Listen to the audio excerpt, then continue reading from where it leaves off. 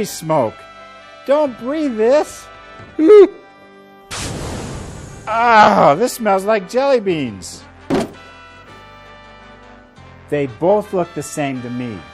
I think the real winner is the Blendtec Total Blender. Why don't you decide?